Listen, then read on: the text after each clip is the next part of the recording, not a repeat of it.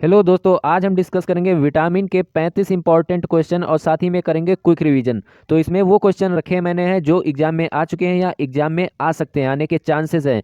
तो वीडियो को पूरा देखना, सभी क्वेश्चन को समझना। तो चलिए शुरू करते हैं अपना वीडियो।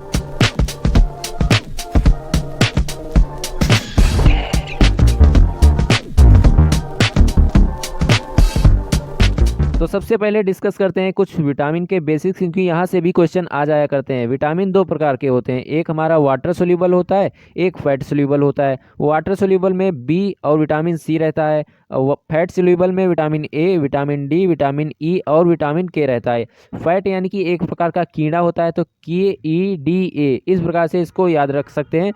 और जो फैट सोल्यूबल विटामिन होते हैं वो हमारे कहाँ पर स्टोर होते हैं, लीवर में स्टोर होते हैं। ये भी चीज़ ध्यान रखिएगा, कहाँ पर स्टोर होते हैं, लीवर में। यहाँ से भी क्वेश्चन आ सकते हैं। बात करते हैं आगे, तो सभी जितने भी विटामिन हैं सबके केमिकल नेम भी पूछ सकता है। यहाँ मतलब इसके अंदर तक लेवल तक पूछता है, ये तो ऊपर का ही लेवल है। तो सभी के साइंटिफिक नेम याद होने चाहिए।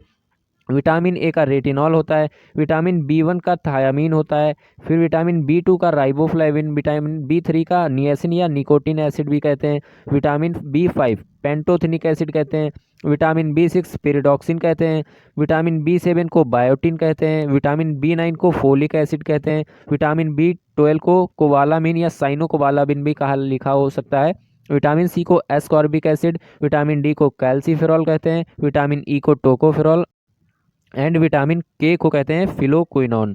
तो ये सारी चीज़ें भी याद रखेंगे। अगर सिंपली आपसे पूछे विटामिन बी, तब भी आप थायामीन ही बताएंगे, क्योंकि ये जो विटामिन बी होता है ये पूरा इसको कहा जाता है विटामिन बी कॉम्प्लेक्स, क्योंकि इसमें कई सारे विटामिन होते हैं। आज का हमारा पहला क्वेश्चन है, who coined the term vitamin, vitamin term किसने दिया।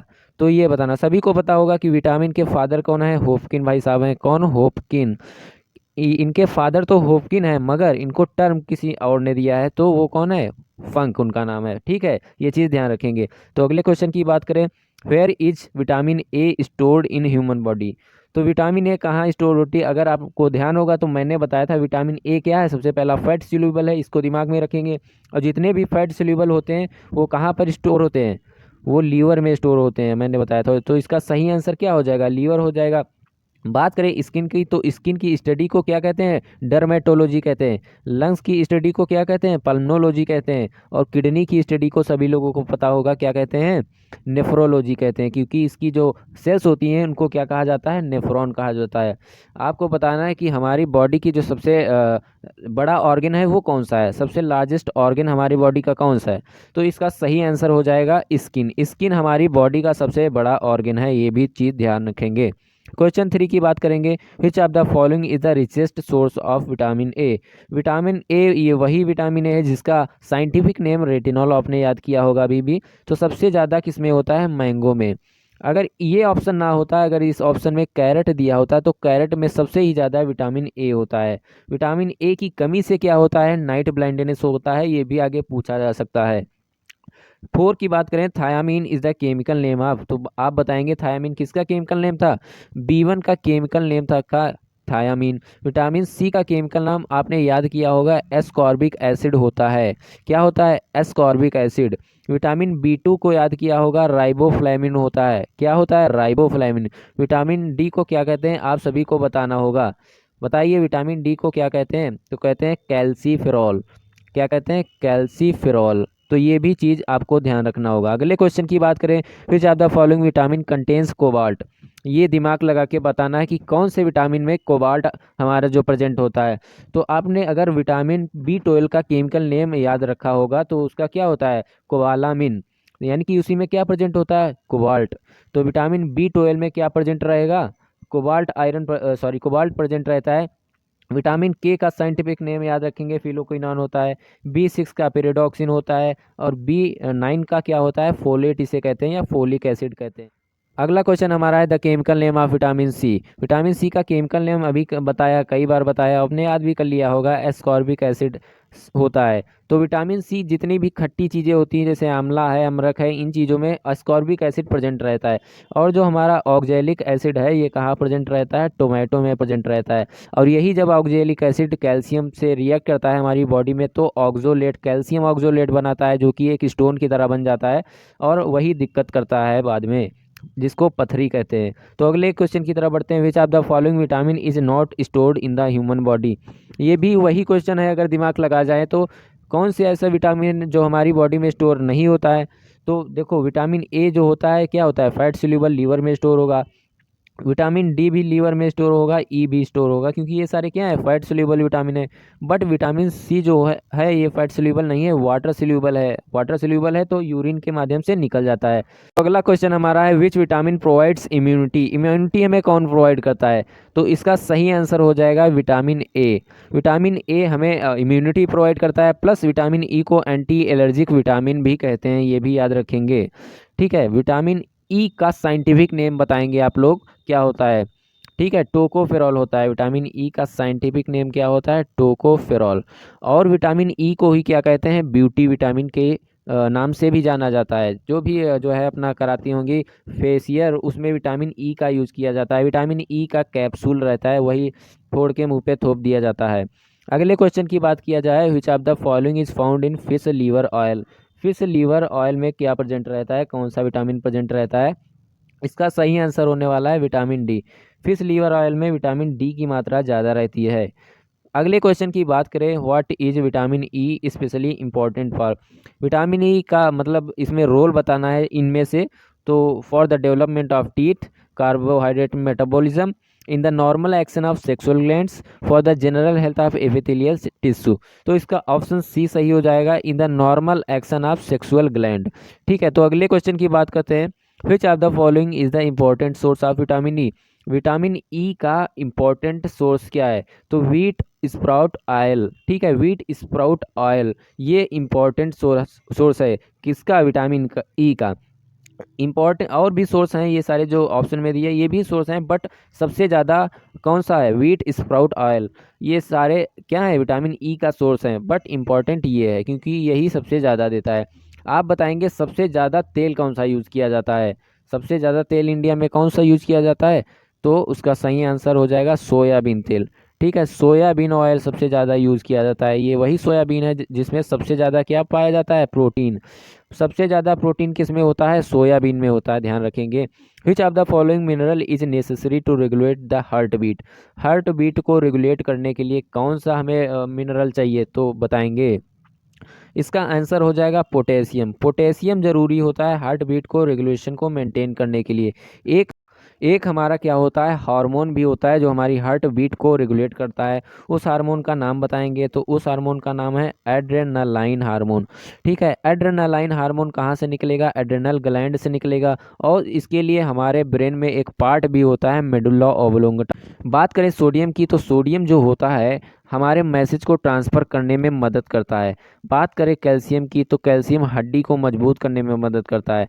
बात करें आयरन की, तो आयरन की कमी से क्या हो जाता है, अनीमिया हो जाता है। ये सभी को पता होगा, कहाँ प्रेजेंट रहता है, खून में हमारे प्रेजेंट रहता है। The best source of iodine is. Iodine का सबसे बढ़िया सोर्स क्या है, अलगी है, सभी को पता होना चाहिए।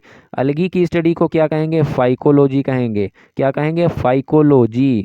ये भी सभी को पता होना चाहिए। अगले क्वेश्चन की बात करें, विच of the following is not correctly match. ऐसे क्वेश्चन दिख जाते हैं जिसमें करेक्शन वाला दिख जाता है, 4 दिए होंगे, एक गलत रहेगा, उसी को आपको फाइंड करना होगा। तो देखो, थायामीन की कमी से हमने बताया था कि अगर ये जो नेम है, केमिकल नेम या जो भी विटामिन है, इनकी कमी से जो बीमारी होगी उसका भी क्वेश्चन आ सकता है। तो ध्यान रखिए, थायामीन की कमी से बेरी बेरी होता है, यानी कि ये सही है। एस्कॉर्बिक एसिड की कमी से स्कर्वी होता है, एस्कॉर्बिक एसिड यानी कि विटामिन सी। विटामिन ए की कमी से नाइट ब्लाइंडनेस, ये भी बताया था। विटामिन के की कमी से क्या होता है, हेमोफीलिया होता है, ध्यान रखेंगे, हेमोफीलिया होता है। बट इसमें ब्लड क्लॉटिंग दिया है, हालांकि विटामिन के जो है ब्लड क्लॉटिंग से रिलेटेड है, विटामिन के ब्लड क्लॉटिंग में हेल्प करती है। बट यहाँ जो और सारे दिए थे, यानी कि विटामिन की अगली जगह क्या दिए थे, उनकी बीमारियाँ दिया था, बट इसमें बीमारी नहीं दिया है, यही इनकरेक्टली मैच है, यही सही आंसर हो जाएगा। ठीक है, तो बताना होगा आपको कि ब्लड क्लॉटिंग में कौन कौन मदद करता है। तो बताएंगे, ब्लड क्लॉटिंग में कैल्शियम आयन भी मदद करता है, प्लेटलेट भी मदद करता है, और फिब्रिनोजन भी मदद करता है। जो फिब्रिनोजन कहाँ होता है, प्लाज्मा में प्रेजेंट होता है। इंपॉर्टेंट चीज़ है ये जो अभी मैंने बताई, कि ब्लड क्लॉटिंग में कैल्शियम आयन भी मदद करता है, विटामिन के भी मदद करता है, प्लेटलेट्स भी मदद करती हैं, और फिब्रिनोजन भी मदद करता है जो कि प्लाज्मा में होता है। तो in children the bones of limbs are twisted if there is a deficiency of vitamin D. Bones जो होती है किसकी वजह से ट्विस्ट हो जाती है, विटामिन डी, और उस बीमारी को क्या कहेंगे, रिकेट कहेंगे। ठीक है, रिकेट, रिकेट कहते हैं, रिकेट कहते हैं विटामिन डी की कमी से अगर बच्चों में बीमारी होगी। अगर यही बीमारी बड़ों में हो जाए तो उसको क्या कहते हैं, ऑस्टोमेलेसिया कहते हैं। Sunshine vitamin is called, sunshine vitamin किसको कहेंगे, यानी कि सनसाइन सिंपल सा है, जो सन की साइन से बने, तो विटामिन डी, विटामिन डी मतलब ये क्या है, हमारी स्किन के द्वारा सिंथेसाइज की जाती है जब भी हमारे ऊपर सनलाइट पड़ती है, ध्यान रखेंगे। विच vitamin is removed by washing peeled vegetable, यानी कि वेजिटेबल को छीलने से कौन सी विटामिन चली जाती है, तो विटामिन सी चला जाता है, ध्यान रखेंगे। अगला क्वेश्चन बात करते हैं deficiency of vitamin B 6। Vitamin B 6 की डिफिशियंसी से क्या होगा, तो एनीमिया होगा। तो रिकेट किसकी डिफिशियंसी होता है, विटामिन डी की डिफिशियंसी से होता है। स्कर्वी विटामिन सी की कमी से होता है, और बेरी बेरी विटामिन बी की कमी से होता है, ध्यान रखेंगे। Golden rice is an abundant source of, golden rice किसका अबेंडेंट सोर्स है, तो आप सभी को बताना है। तो जो गोल्डन राइस किसका अबेंडेंट सोर्स है, विटामिन ए का। ठीक, ये भी आप ध्यान रखेंगे। अगले क्वेश्चन की बात करें, which is what is cadmium pollution related to, cadmium pollution किससे रिलेटेड है, तो इसका सही आंसर हो जाएगा इटाई इटाई, इटाई इटाई से रिलेटेड है कैडमियम पोल्यूशन। बात करें माइनोमेटोसिस, ये भी एक बीमारी है जो कि मरकरी के ज़्यादा होने से हो जाता है, जब इसका कंटेंट ज़्यादा हो जाता है तब हो जाता है। ब्लैक फूड डिसीज़ की बात करें तो जब भी आर्सेनिक का कंटेंट हमारी बॉडी में ज़्यादा हो जाता है तब वो क्या हो जाता है, ये डिसीज़ हो जाती है। मगर आपको डिसलेक्सिया बताना होगा। देखो डिसलेक्सिया क्या होता है, एक प्रकार का ब्रेन डिसऑर्डर होता है। क्या होता है, ब्रेन डिसऑर्डर होता है। बात करें क्वेश्चन नंबर 21 की, तो BMD test is done to identify, BMD test किस से रिलेटेड होता है। अगर मैं इसका बीएमडी का फुल फॉर्म जिसको पता होगा वो तो इसको कर देगा तुरंत, मैं बता दूं बीएमडी का फुल फॉर्म होता है बोन्स मिनरल डेंसिटी। क्या होता है, बोन्स मिनरल डेंसिटी। अब बोन्स नाम याद आया, समझ में आ गया होगा कि इसका आंसर क्या होगा, ऑस्टियोपोरोसिस होगा। और ऑस्टियोपोरोसिस किसकी कमी से होता है, विटामिन डी की कमी से होता है। एड्स के लिए बात करें तो एड्स का चेक करने के लिए कौन सा टेस्ट होता है, एलिसा टेस्ट होता है, सभी को पता होगा। ठीक है, बात करें अगले क्वेश्चन की, और बात करें हम यहाँ टाइफाइड के लिए, हाँ टाइफाइड के लिए कौन सा टेस्ट किया जाता है आपको बताना होगा। ठीक है, टाइफाइड सभी को बताना होगा कि टाइफाइड जानने के लिए कौन सा टेस्ट किया जाता है, तो सभी को आंसर होना चाहिए वाइडल टेस्ट किया जाता है। कौन सा टेस्ट किया जाता है, वाइडल। अगले क्वेश्चन की बात करेंगे, what is the other name of vitamin B 2, सभी को पता होगा राइबोफ्लेविन। और हेमोग्लोबिन कहाँ प्रेजेंट होता है, हमारी ब्लड में प्रेजेंट होता है, और यही क्या करता है, हमारी बॉडी हमारे ब्लड को कलर देता है, हमारे ब्लड को कलर रेड देता है। हेमोग्लोबिन का एक और काम भी होता है जो बहुत कम लोगों को पता होता है, क्या होता है कि ये गैसेस को ट्रांसपोर्टेशन में मदद करता है।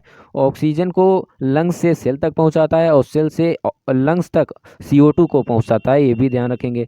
साइनोकोवालामिन ये B12 का साइंटिफिक नेम है। थायामीन ये B1 का साइंटिफिक नेम है। मेरा क्वेश्चन है कि ब्लड का पीएच कितना होता है, ब्लड का पीएच आपको बताना होगा, सभी को पता होना चाहिए 7.4 होता है। ठीक है, ब्लड का पीएच 7.4। ब्लड की स्टडी को हेमेटोलॉजी कहते हैं। एडेनाइन क्या है ये आपको बताना होगा। जिन्होंने डीएनए का स्ट्रक्चर या उससे रिलेटेड टर्म्स पढ़े होंगे उनको पता होगा कि ये जो है प्यूरिन के अंडर आता है। एडेनिन कहाँ आएगा, प्यूरिन के अंदर, तो ये सभी को पता होना चाहिए। डीएनए का फुल फॉर्म तो पता होगा, मेन क्वेश्चन हमारा ये है कि डीएनए में कौन सा प्रोटीन पाया जाता है। तो डीएनए में कौन सा प्रोटीन पाया जाता है, हिस्टोन प्रोटीन। ठीक है, डीएनए की स्टडी किसने किया था, क्रिक एंड वाटसन ने, ये भी आपको पता होना चाहिए। अगले क्वेश्चन की बात करते हैं, which one of the following is wrongly matched, फिर से उसी प्रकार का क्वेश्चन है।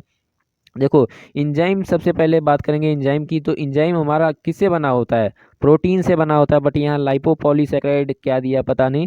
ठीक है, तो यही ऑप्शन सही हो जाएगा, इंजाइम हमारा किससे बना होता है, प्रोटीन से। Niacin is the chemical name of which vitamin, niacin किसका क्या है, केमिकल नेम है। तो आप बताएंगे विटामिन B3 का। विटामिन B1 को बेरी बेरी, विटामिन B2 को राइबोफ्लेविन, विटामिन C को एस्कॉर्बिक एसिड कहते हैं। Vitamin A was discovered in which year, तो इसको तो याद ही रखना पड़ेगा, 1912 में विटामिन ए को। क्वेश्चन की बात कर रहे हैं साइंटिफिक नेम ऑफ विटामिन के, विटामिन के का साइंटिफिक नेम क्या है, एस्कॉर्बिक एसिड C का है, पेंटोथेनिक एसिड B5 का है, टोकोफेरॉल E का है, तो यही आंसर हो जाएगा। यानी कि विटामिन के का एक और साइंटिफिक नेम है फाइटोनोडिन, ये भी याद रखेंगे।